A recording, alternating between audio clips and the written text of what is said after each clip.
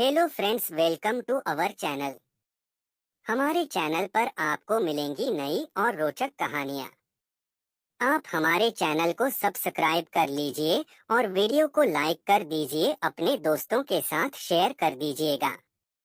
चलिए ज्यादा देर ना करते हुए कहानी को शुरू करते हैं।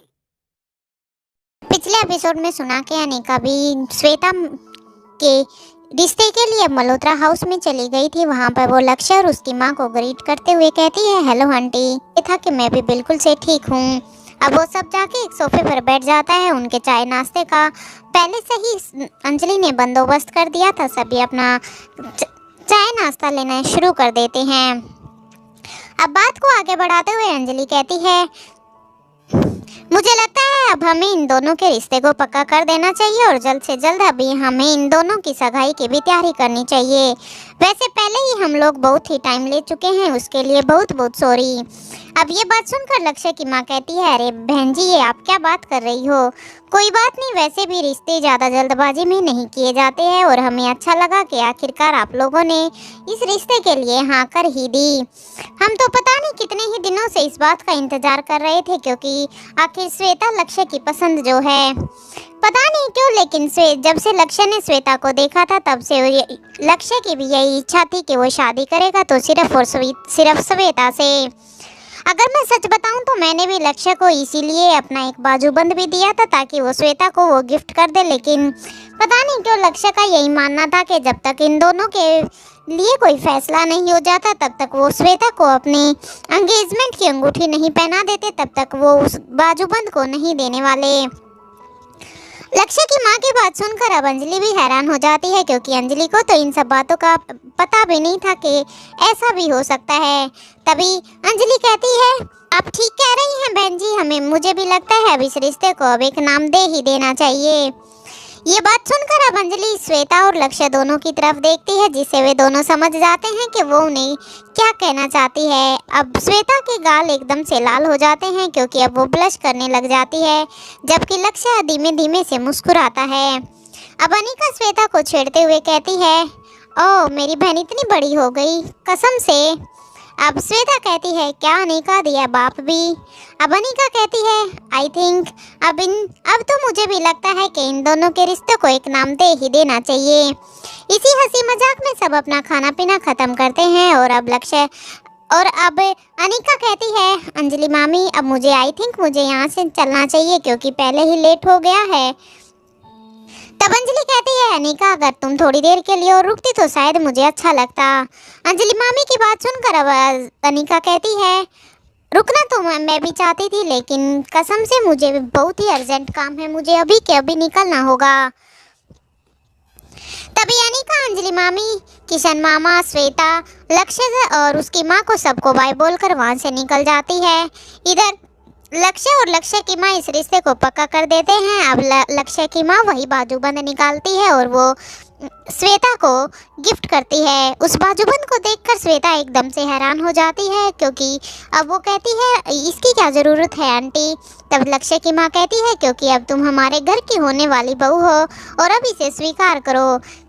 अब अंजलि भी इशारे में श्वेता को हाँ करने के लिए कह देती है। अब श्वेता भी उस बाजूबंद को ले लेती है और उन्हें थैंक यू कहती है। अब लक्ष्य की माँ कहती है कि ये बाजूबंद हमारे इस रिश्ते की हाँ का एक प्रमाण है। अब हम जल्द से जल्द हमने इस रिश्ते को पक्का कर दिया है इस बाजूबंद से, और अब हम चाहते हैं कि अब इंगेजमेंट भी जल्द से जल्द हो।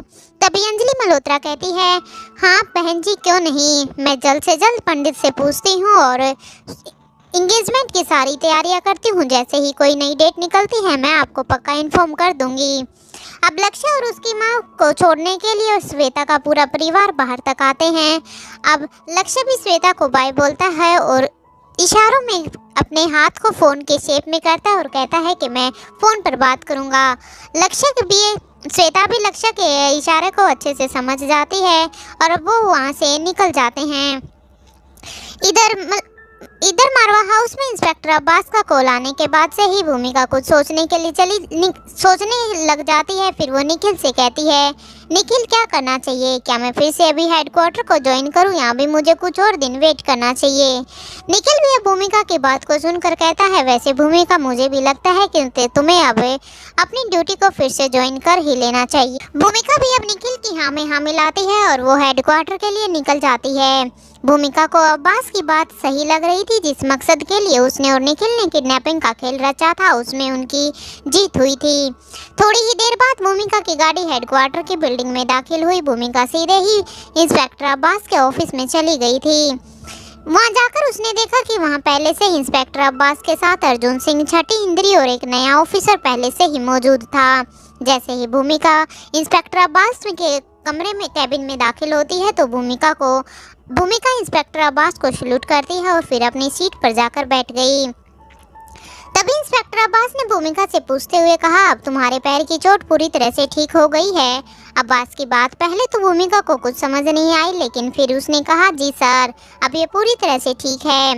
अब्बास ने भूमिका से ये बात जानबूझकर पूछी थी क्योंकि स्पेशल डिपार्टमेंट में ये बताया गया था कि भूमिका के ऊपर हमला हुआ है जिससे उसके पैर में बहुत ही गहरी चोट लगी है और जब तक वो पूरी तरह से ठीक नहीं हो जाती तब तक वो हेडक्वार्टर दोबारा से ज्वाइन नहीं करेगी। इसलिए भूमिका को अब तक मेडिकल लीव दी गई थी। लेकिन ये बात तो सिर्फ भूमिका ही जानती थी कि उसको कितनी चोट लगी थी और कितनी नहीं। अब इस बात पर भूमिका काफी एम्बेरसमेंट फील करती है। जहां दमयंती देवी और उसके आदमियों को ये लगता था कि भूमिका की किडनैपिंग निखिल ने की है, वही स्पेशल डिपार्टमेंट को लगता था कि भूमिका के पैर की चोट की वजह से भूमिका मेडिकल लीव पर है। लेकिन ये बात तो सिर्फ भूमिका ही जानती थी कि वो किस पर्पज से ये सब कर रही थी। अब उन सब बातों को याद करके भूमिका अब अपने मन में थोड़ा सा फिर मुस्कुराने भी लग जाती है कि कैसे भूमिका ने दोनों साइड से ही अपने आप को बचा लिया था। वही रोहित काफी परेशान नजर आ रहा था। रोहित ने अब्दुल से कहा कि वो अपनी टीम को कहे कि हमें अभी जल्द से जल्द यहाँ से निकलना होगा और साथ के साथ रोहित ने अपना पॉकेट से अपना फोन निकाला और उसने किसी को फोन मिला रहा था। दरअसल अनिका को गए हुए 2 घंटे से ज्यादा का टाइम हो गया था, लेकिन अनिका अभी तक वापिस नहीं आई थी।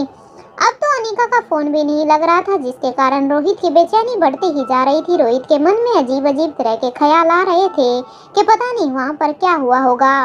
रोहित ने एक बार फिर अनिका का फोन ट्राई किया और इस बार अनिका को फोन लग गया था। जैसे ही अनिका ने फोन उठाया, रोहित ने घबराई हुई आवाज में कहा, अनिका तुम ठीक तो हो ना? तुम्हारा फोन क्यों बंद आ रहा था? रोहित एक सांस में ही ये सारी बातें अनिका से पूछ रहा था। तभी अनिका कहती है, मिस्टर मारवा थोड़ा सा आराम कीजिए। मिस्टर मारवा मैं बिल्कुल ठीक हूँ। दरअसल दमयंती से मिलने के बाद मैं सीधे ही मल्होत्रा हाउस के लिए चली गई थी। बाकी की बातें मैं अब आपको घर आकर बताती हूँ। ये कहकर अनिका ने भी झट से फोन रख दिया। अनिका से बात होने के बाद पहले रोहित के चेहरे पर अनिका से बात होने से पहले रोहित के चेहरे पर एक डर और बेचैनी थी। रोहित के मन में तरह तरह के ख्याल आ रहे थे कि पता नहीं कहीं अनिका को कुछ हो ना गया हो। हालांकि रोहित अच्छी तरह से जानता था कि अनिका अपने आप को बचाना काफी अच्छी तरह से जानती है, क्योंकि अनिका के जैसा फाइटर कोई भी नहीं है। लेकिन फिर भी कहीं ना कहीं रोहित को अनिका को लेकर बहुत ही ज्यादा बेचैनी हो रही थी। वो अनिका को खो देने के डर से ही बहुत घबरा रहा था। लेकिन अब अनिका से बात होने के बाद एक सुकून की मुस्कान अब रोहित के फेस पर आ गई थी। अब वो पार्किंग में ही उधर ही खड़े होकर अनिका के आने का इंतजार करने लगा। थोड़ी ही देर बाद अनिका की गाड़ी वहां पर मारवा हाउस के गेट पर आकर रुकी। रोहित ने झट से अनिका की साइड का दरवाजा खोला और अनिका को नीचे उतारते ही कहा। जैसे ही अनिका ने नीचे कदम रखे, रोहित ने कहा, अनिका क्या तुम ठीक हो? क्यों बुलाया था दमयंती देवी ने तुम्हें? वहाँ क्यों बुलाया था? रोहित की बात सुनकर अनिका ने कहा, मिस्टर मारवा मैं आपको सब बताऊंगी, आप प्लीज थोड़ा सा शांत होइए। लेकिन उससे पहले मुझे सौम्या से कुछ बात करनी है। मैं एक बार अभी सौम्या से बात करके फिर आपको रूम में मिलती हूँ, तब तक आप रूम में ही मेरा इंतजार करिए। अनिका की बात सुनकर रोहित समझ गया था कि शायद कुछ जरूरी काम है, इसीलिए अनिका पहले सौम्या से मिलना चाहती है। या तो दमयंती ने ही अनिका को कुछ कहा होगा, इसलिए शायद वो सौम्या से मिलने के लिए जाना चाहती हो। अब रोहित ने भी अनिका को ज्यादा परेशान न करते हुए रोहित भी सीधा हाँ में अपनी गर्दन हिला देता है और वो अपने कमरे की तरफ बढ़ जाता है। इधर अनिका सीक्रेट ग्राउंड की तरफ बढ़ जाती है, जहाँ पे उन्होंने सौम्या को कैद करके रखा था। जैसे ही अनिका सौम्या के कमरे में दाखिल हुई तभी सौम्या ने ही चिड़चिड़ाते हुए कहा, अब क्या करने आई हो यहाँ पर। तभी अनिका ने सौम्या को कोई कुछ भी नहीं कहा और उसने सौम्या की बात का कोई जवाब ना देते हुए बल्कि उसकी तरफ एक कागज का टुकड़ा बढ़ा दिया। ये टुकड़ा वही था जो अनिका को दमयंती ने दिया था जब दमयंती को पुलिस गिरफ्तार करके ले जा रही थी। तभी दमयंती ने बड़ी ही चालाकी से अनिका के पास से गुजरते हुए अनिका के हाथ में इस पेपर को थमा दिया था। दमयंती के जाने के बाद जब अनिका ने इस पेपर की अच्छी तरह से जांच की तो उसमें अनिका को कुछ ऐसा नहीं लगा जिस पर के कुछ शक किया जा सके। इसलिए अनिका ने भी उस पेपर को सौम्या तक ही पहुंचाना ठीक लगा। जैसे ही सौम्या ने उस पेपर को पकड़ा तो उसने अनिका की तरफ देखते हुए हैरानी से पूछा, ये सब क्या है, क्योंकि उसे खुद विश्वास नहीं हो रहा था कि आखिर ऐसा कैसे हो सकता है। फिर वो अनिका से पूछती है, अनिका क्या ये सच है। अनिका ने भी सिर्फ हाँ में अपनी गर्दन हिला दी। अब सौम्या कहती है, लेकिन ऐसा कैसे हो सकता है, दमयंती अपने आप को खुद कानून के हवाले कैसे कर सकती है। सौम्या को इस बात पर यकीन कर पाना काफी ही मुश्किल हो रहा था। तभी अनिका कहती है, ये बात सच है क्योंकि अभी अभी मैं सिर्फ दमयंती देवी से ही मिलकर आ रही हूँ और उन्होंने ही मुझे ये कागज दिया था ताकि मैं ये तुम्हारे तक पहुँचा सकूँ। एक पल के लिए सौम्या को इस बात पर यकीन कर पाना काफी ही मुश्किल लग रहा था क्योंकि सौम्या ने कभी सपने में भी नहीं सोचा था कि दमयंती देवी भी कभी कानून के हवाले खुद को कर देगी। वो इसी असमंजस की स्थिति में फंसी हुई थी कि आखिर ऐसा क्या हुआ होगा जो दमयंती ने ऐसा फैसला लिया। आखिर दमयंती ने क्यों अपनी बरसों पुरानी की हुई मेहनत को एक पल में ही बर्बाद कर दिया। आखिर अब तक जब वो जिस समाज से अपने आप को छिपाते हुए आ रही थी, जिस समाज के सामने उसने खुद को मरा हुआ साबित कर दिया था, जिस जड़ी बूटी को पाने के लिए दमयंती ने और सौम्या ने पता नहीं कितनी ही चली थी, आखिर एक झटके में ही दमयंती ने ऐसे कैसे खुद को कानून के हवाले कर दिया। सौम्या के लिए ये समझ पाना ही किसी सदमे से कम नहीं था। लेकिन कहीं न कहीं वो दमयंती देवी को पर पूरी तरह से विश्वास करती थी। फिर उसने अपने मन के किसी कोने में ही अपने आप को समझाना बेटर समझा और अब वो अपनी नजरों को झुकाते हुए अनिका से कहती है, अब जब दमयंती देवी ने ही हार मान ली है अनिका, तो मैं भी अब अपनी हार मानती हूँ। अब तुम चाहो तो मुझे भी पुलिस के हवाले कर सकती हो या फिर तुम मेरी जान ले सकती हो। सौम्या की बात सुनकर अब अनिका कहती है, मुझे तुम्हारी जान लेने में का कोई भी शौक नहीं है। मैं तुम्हारी जान को बख्शती हूँ लेकिन मुझे इसके बदले में कुछ इन्फॉर्मेशन चाहिए। आज दमयंती की बातों से लगा कि वो किसी के इशारों पर काम करती थी। क्या तुम मुझे उसके बारे में बता सकती हो कि आखिर वो कौन है। इस पहेली को अब तुम ही सुलझा सकती हो क्योंकि दमयंती तो अब कानून की गिरफ्त में है। लेकिन अगर अब तुम सच में चाहती हो कि जैसे दमयंती ने जो कुछ भी कहा, अगर तुम उसका साथ देना चाहती हो या उसके किए हुए को आगे बढ़ाना चाहती हो, तो तुम मुझे उस इंसान के बारे में बता सकती हो कि अब तक तुम दोनों ने किसके कहने पर ये सब काम किया था। अनिका की बात सुनकर अब सौम्या कुछ देर के लिए तो शांत रहती है। इधर स्वाति मल्होत्रा भी अब तक अपने किले में वापस आ चुकी थी। जब स्वाति को इतनी टेंशन में देखकर अब बूढ़े बाबा कहते हैं, क्या हुआ मैडम, आप कहीं पर गई थी, वहाँ पर आखिर क्या हुआ है। अब स्वाति बूढ़े बाबा को कोई भी जवाब नहीं देते हैं। बूढ़ा बाबा भी एक पल के लिए तो घबराने लग जाता है, लेकिन जब वो वहाँ से बाहर निकल जाता है और वो थोड़ी देर के बाद ही स्वाति मल्होत्रा के लिए चाय बनाकर लाता है। अब वो चाय को टेबल पर रख कर फिर वहाँ पर खड़ा होता है और कहता है, मैडम क्या हुआ है, क्या कुछ बात हुई है क्या, आप तो कहीं बाहर गई थी, आखिर वहाँ पर क्या हुआ है। अब स्वाति काफ़ी ही परेशान नजर आ रही थी। अब स्वाति बूढ़े बाबा से कहती है, पता नहीं क्यों मुझे कुछ बातें समझ में नहीं आ रही।